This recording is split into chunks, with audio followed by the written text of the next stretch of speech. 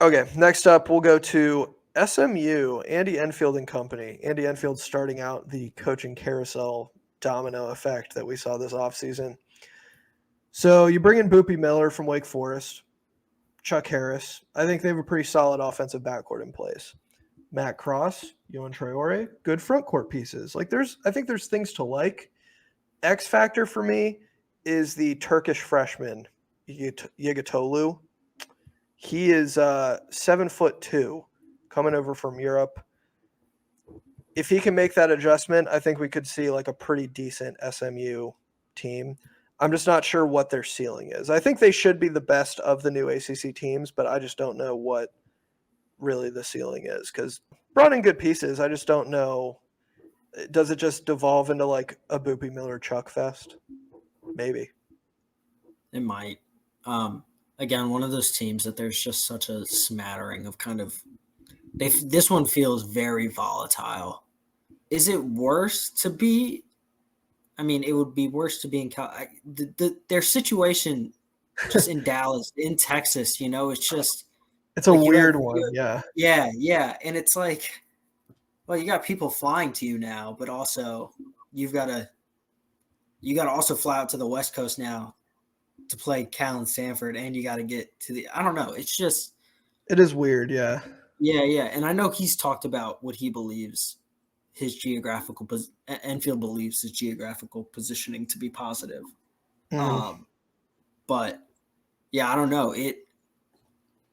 There's so many wings on this roster that I worry what happens if Boopie Miller goes down. Like what exactly Enfield pivots to? Yeah. Does Matt Cross finally hit in the ACC? That remains TBD. It's like it's so weird because like on paper, I like a lot of what I see. Even to the coaching point, like Andy Enfield's a good coach who's had a lot of teams make the tournament. And you have, a whole host of guys who were really good last year. I just don't know what it is. Like I agree. I think this team could be pretty volatile. Like maybe they're a candidate for like a Miami type collapse almost, where things seem like they're going okay and then it just like falls off a cliff at some point.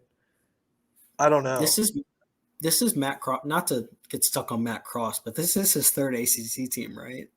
Well, I can't remember the order, but I thought he was at Louisville and Miami before UMass, right? I mean, I could just Google this actually. That sounds right. Let me just Google this. Quick bio on the UMass website. Yep. Spent 21-22 season at Louisville. Oh, brutal. And then, played at Miami before that. Okay.